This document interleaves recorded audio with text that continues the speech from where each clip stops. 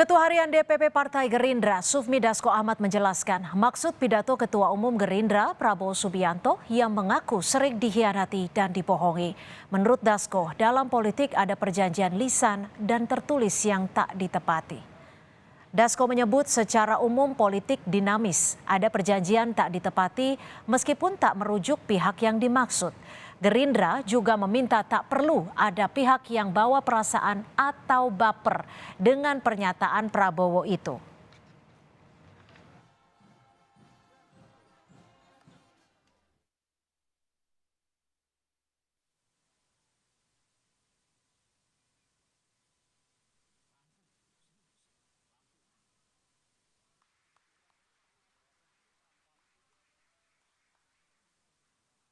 Bukan secara umum ada beberapa kejadian ya namanya politik yang dinamis itu ya jangankan pembicaraan lisan, kadang-kadang apa yang tertulis juga bisa meleset. Nah oleh karena itu Pak Prabowo selalu mengajarkan kepada kami bahwa politik itu harus mengikuti realita.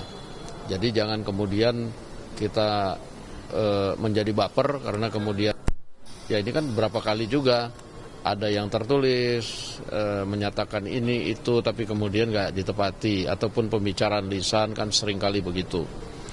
Pak Prabowo mengajarkan kepada kami selalu untuk ya berbesar hati.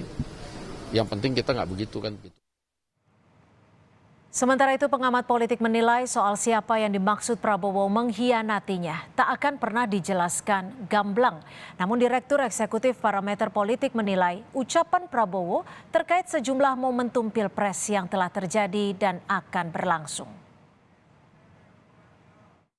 Saya kira publik tidak akan pernah tahu pasti soal siapa sebenarnya yang disebut melakukan pengkhianatan terhadap Prabowo Subianto, karena publik kan hanya melihat dari jauh yang mungkin saja interpretasi dan tebakan-tebakannya itu jauh lebih melenceng.